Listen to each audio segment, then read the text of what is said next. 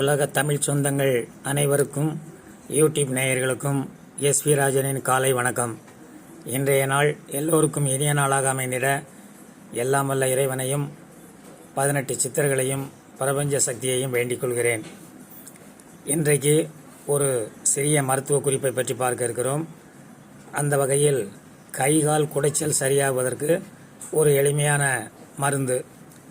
சித்தரத்தை 10 gram, சுக்கு 10 gram, திப்பிலி 10 gram.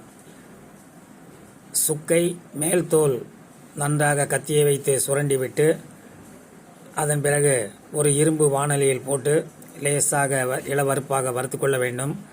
சித்திரத்தையும் அதே மாதிரி தனியாக லேசாக வறுத்து கொள்ள வேண்டும். திப்பிலியையும் அதே மாதிரி இளவறுப்பாக வறுத்து ஆறிய பிறகு தனித்தனியாக உரலில் போட்டு இடித்து தனித்தனியாக மிக்சியில் அரைத்து சலித்து தனித்தனியாக எல்லாவற்றையும் செய்து கொண்டு மீண்டும் எல்லாவற்றையும் ஒன்று கலந்து வைத்து ஒரு பாட்டிலில் வைத்து கொள்ள வேண்டும்.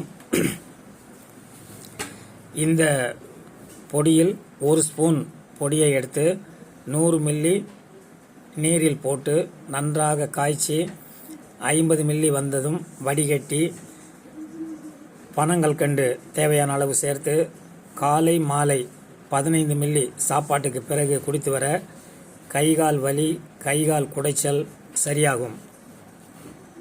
அதேபோல் மூட்டு வலி, முதுகு வலி, ருமட்டாய்டு ஆர்த்தரைட்டிஸ் என்று சொல்லக்கூடிய வலிகள், இடுப்பு வலி, முதுகு தண்டு வலி, சியாட்டிகா வலி, முடக்குவாதம், குதிகால் வீக்கம், குதிகால் வலி, தசை வலி, அனைத்து விதமான மூட்டு வலிகளும் குறைவதற்கு ஒரு எளிமையான மருத்துவம்.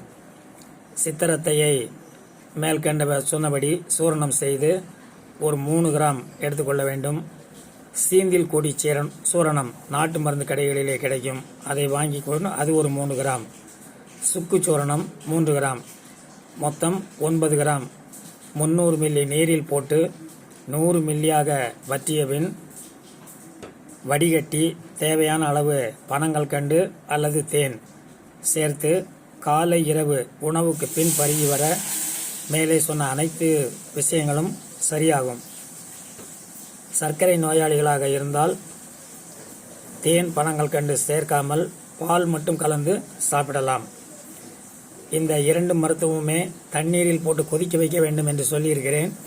அந்த தண்ணீர் ஆற்றிலிருந்து வரக்கூடிய தண்ணீராக இருக்க வேண்டும் அல்லது போர்வெல் தண்ணீராக இருக்க வேண்டும்.